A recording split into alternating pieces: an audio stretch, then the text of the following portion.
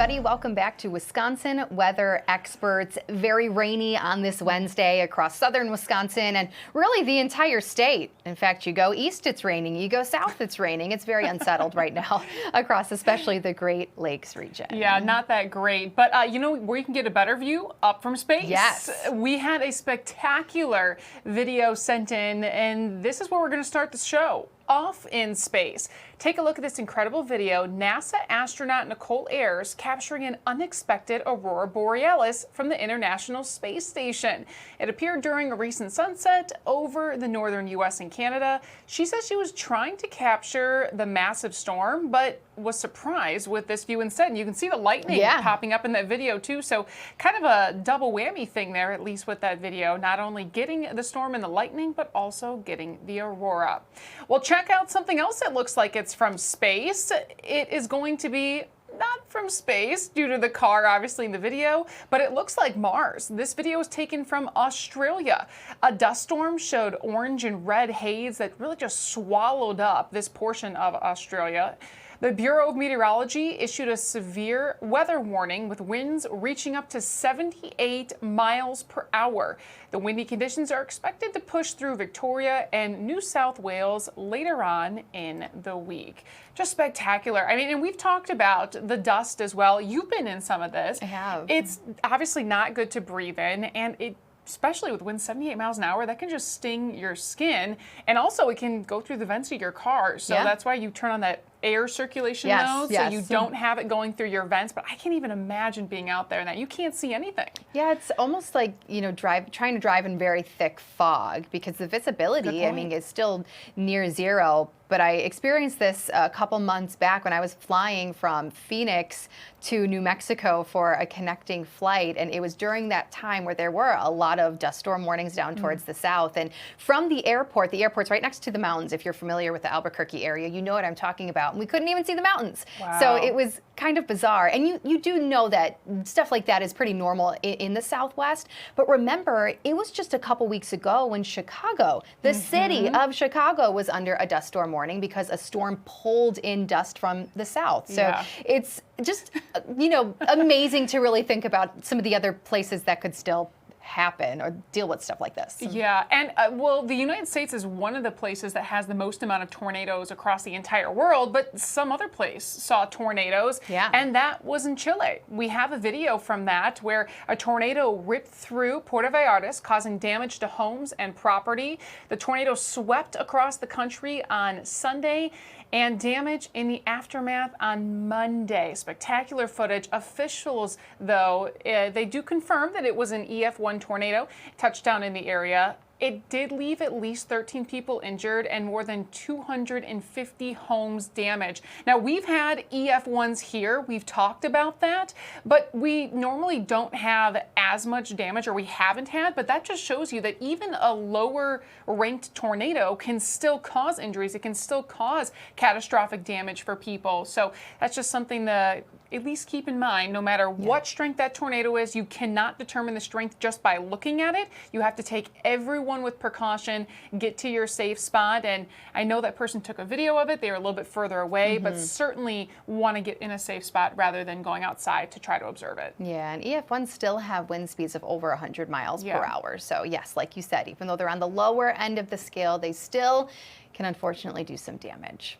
Well, for the first time in a long time, I don't have to talk about severe weather. We have severe weather stuff? We actually, always have been talking about severe weather. Down south right now, actually looking okay. There's storms, but no severe weather. I just checked right before this show. But let's dive into our regional weather. We're actually going to start here locally with a live view in Madison. Same weather that we've got here in Milwaukee. It's cloudy, it's rainy. We've got that low cloud deck.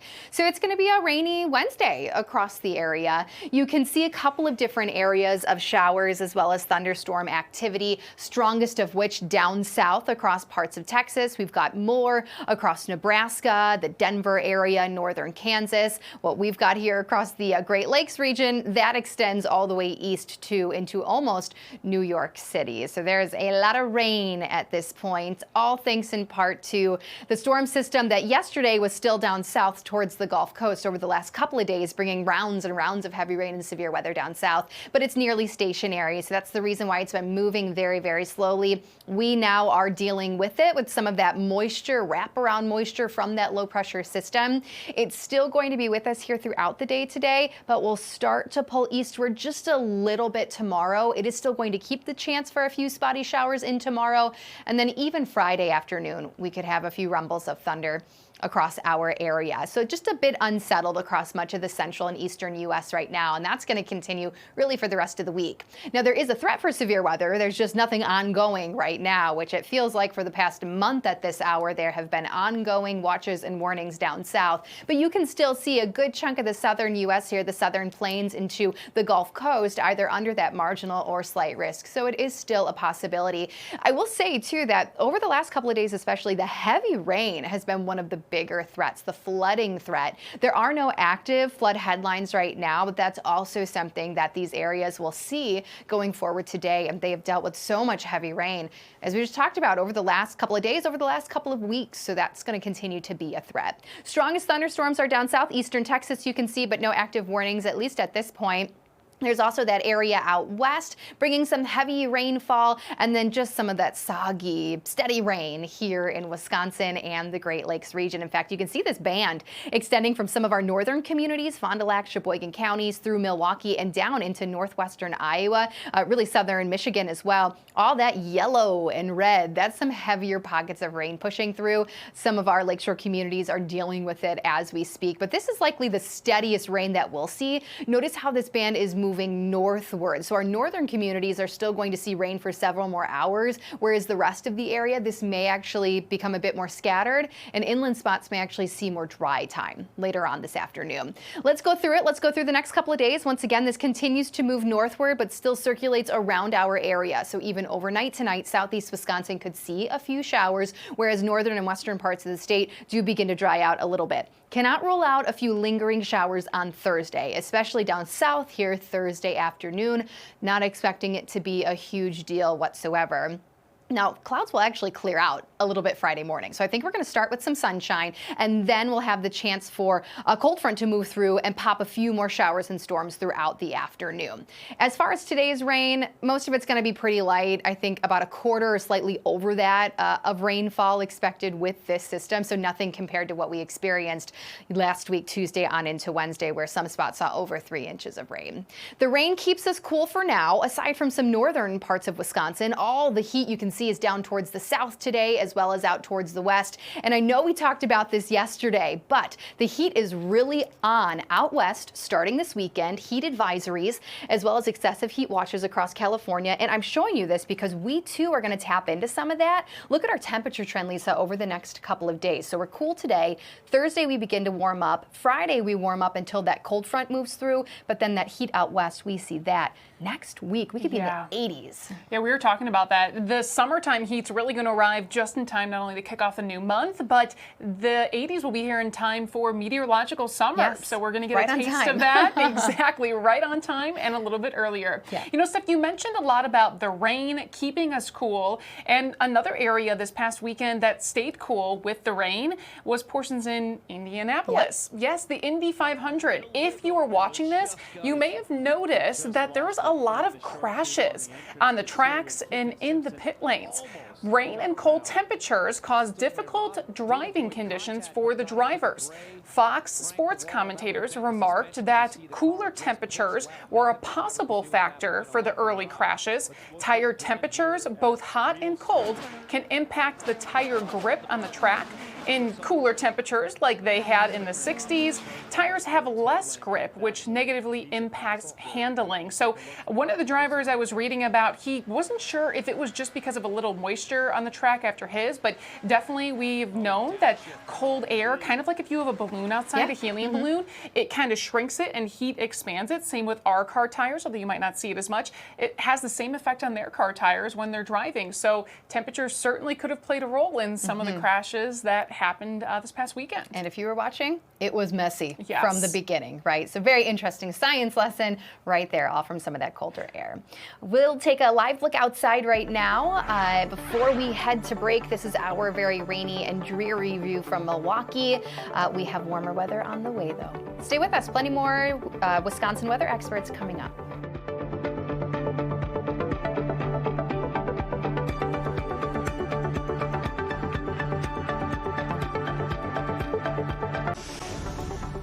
Welcome back, everybody. We've been talking, if you've been watching our Fox 6 News station, about something really cool, a really cool sculpture that is being revealed today. It is, and I know it's a little wet for it, but I still think people will be able to get out and enjoy, and here it is. It's not exactly this one, but these are other examples that a Danish artist was known for creating across the world, and he is putting one right here in the Dairyland. This artist, known as Thomas Dambo, is from Denmark. He's known for his larger-than-life troll statues with more than 150, again, that he has created across the world. This is the first troll in Wisconsin, commissioned by the Wauwatosa Tourist Commission, and it's paid for by the hotel motel tax dollars. So both the artist and city asked Fox 6 to avoid revealing the entireness of the troll's identity until today. Later on, they are going to have the big reveal at the Firefly Grove Parks when it is open to the public. That's near 116th and Gilbert. Now, keep in mind, these are big. You've seen some pictures of it. The 24.5-foot tall troll is made out of recycled trees and scraps from the city under his mission to waste no more, which signifies taking materials we see as trash every day to teach a fun and creative way to recycle. We found actually all these old light fixtures. Now the troll, it picked the top of this one, but we found them in like the boneyard of the city over here behind the police station.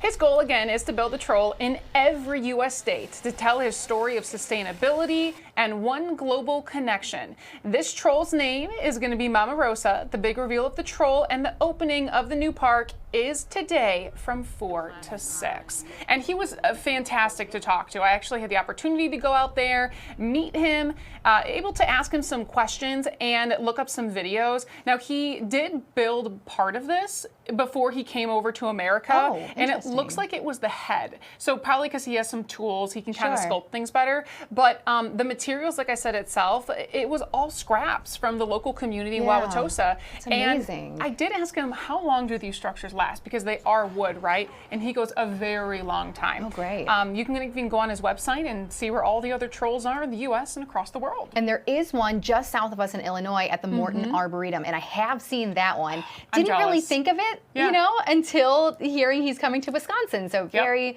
very exciting. Again, 4 to 6 p.m., by the way, is the event of that opening of the park, and of course the revealing of the troll, Mama Rosa.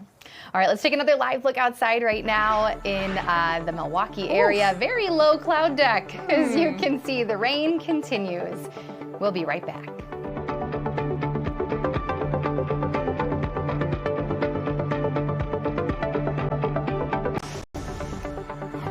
Welcome back to Wisconsin Weather Experts. We've been going from the space to down here at Earth where it's been raining. Everything. Big trolls. And now we're still going to talk about another big topic.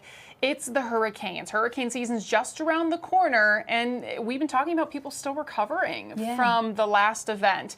With hurricane season, though, here, we are going to learn a little bit more shortly about what they can do. But, you know, if you have any questions, whether it's hurricane-related, rain-related, aurora borealis-related, you can scan that QR code right there on the screen and ask us any question you want, and we're going to try our best to answer it so we can help you out weather-wise. We always get some good questions, and we'd like to get some new refreshing ones if anything comes to mind. And that goes for pictures too. If you take a picture, you know, we just had that great viewer photo of the sundog. If you see something in the sky and you are just so curious as to what it is, send it our way. Yeah. Okay, well, speaking on the hurricane topic, the start to hurricane season, as we've mentioned a couple of times in the last couple of days, is June 1st in the Atlantic. Now, for millions living, though, in tropical storm-prone areas, business is as usual. Of course, they know what to expect as June 1st rolls around. But in the wake of last year's deadly and very costly systems like Hurricane Helene, we've talked about it many times, victims are still struggling to recover even months and months after that hurricane. Fox News' Gary Baumgarten takes a closer look.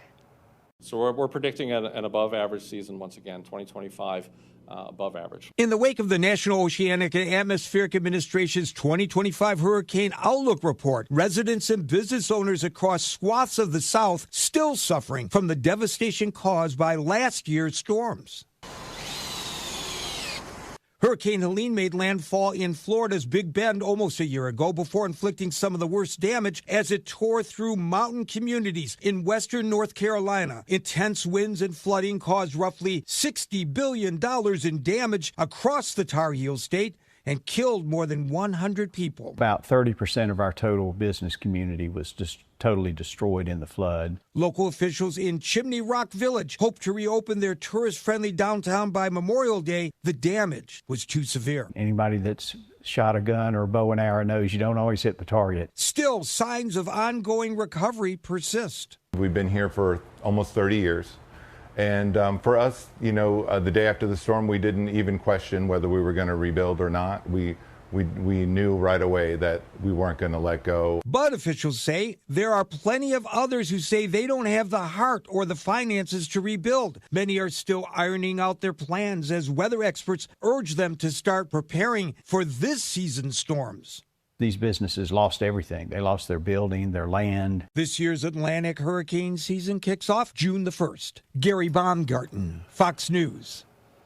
And reading more of these stories, there are a lot of people who just don't have the drive to even rebuild in these areas. Especially you think of the parts of Florida that year after year deal with this stuff. So I understand it's just so heartbreaking. Yeah, it's heartbreaking. And this is an area that I've done some hiking in, some camping in. It's really hard. I mean, you think about, well, why can't they just get resources and fix it quick? I mean, we're navigating through a mountainous range where if the roads were wiped out and damaged, you can't just build a road as easy through a mountain as we can on flat land. So even getting resources in and out, we're talking about heavy equipment operators to try to help rebuild some of that. And that all takes time. Think about how long it takes the construction here in Wisconsin to finish. So again, we're in a flat area. They're more in a mountainous terrain. And it's just going to take time. And it's money. That's the other thing. To get into some of these smaller communities where it's trickier to travel through, especially if there's a lack of roads, it's just going to be a lot more money to do so. So it's going to be an area that will just take time to rebuild. But I know that they will, and I know that people still love that area and will come back to it. We just have to be patient. And progress has already been made somewhat in some of these areas too. So that is the plus side as well. Agreed. Now, crossing into the Pacific Ocean. If you remember on Monday, we talked about how there was an area of tropical development that then had a 90% chance of being named, now 100% chance of being named. There's just no defined eye yet, but this is an area that we'll continue to watch because even the National Hurricane Center mentions in the next couple of days, it is very, very likely that this will be a named storm. Yeah, and the name actually, it's going to kick off with the A on the list for Alvin. Like Alvin the Chipmunk is what I think about. My kids would enjoy that. There we go. The names we've talked about too, the Atlantic versus the Pacific, are different. And what Steph and I were talking about too is the Atlantic begins June 1st. But the Pacific actually starts on May 15th for hurricane season. And the reason why, the temperatures are a little bit warmer in the ocean. So some of those storms can develop a little bit sooner than the Atlantic. And of course, warmer water, kind of like warmer air when we have thunderstorms, that kind of thrives that growing process for these tropical systems. So not yet a named storm, but 100% by the National Hurricane Center. We are going to have to keep an eye on that as we head through the upcoming days of this week. And you mentioned too that on average, it usually is early June that the Pacific normally sees its first storm, but it's a little later on average in the Atlantic. Exactly. It's more towards the end of the month of June. So still very close though in season. They both go through the end of November, so we have many months ahead where we're going to be watching the tropics for any kind of development. And keeping on the water theme, we're so thankful we don't have to worry about hurricanes on Lake Michigan, though I did write a paper when I was a kid about hurricanes on Lake Michigan. If a hurricane Michigan? hit Lake Michigan. Pretty sure I got an A on it. No big deal. But this is a really cool concept. We are talking about students building boats. Take a look at this video. This is awesome. So later today, more boats will be out on Lake Michigan as area kids launch the boats they've been building at school for months. More than 50 students built 9 of these wooden skiff boats, and they started launching them yesterday at Discovery World. This is part of the all hands boat work Parks program, which helps teach kids how to build boats, teaches camaraderie, and of course other skills in the process. Now, besides the boat, each student also built a 1/4 scale model of the exact same boat. Wow. Now, I don't know about you, Lisa. I've built a cardboard boat, Yep. and that's about it, and that was hard enough. But look at these. These look professional. They do. I don't think I could build one even as an adult. Me either. Maybe, you know, the little boats in the bathtub, but that's about it out of paper to see how long they float. I just can't believe how crafty they are. And the best thing is it looks like they're all working together to at least have some fun. Hopefully they'll be able to enjoy, or at least take their turns enjoying being in those boats together, especially with some of the warmer temperatures to come. It really is going to start to look nice as those summertime temps arrive, and not only them hitting the water, but I'm sure more people will be getting out on the water as well. You got it. Not necessarily a day, though, to hit the water, No, hit the not lakefront. today. No, we've been talking about that. We do want to give you another look, though, on satellite and radar of what's happening right now, because we've been tracking the rain moving through. The heaviest band right now, that is continuing to progress through southeast Wisconsin. One of the things that we've also been tracking is notice that heavier red band there. It is very possible that you may have heard a little bit of lightning within that. We have a small chance of, yes, a couple rumbles of thunder today. Again, nothing severe.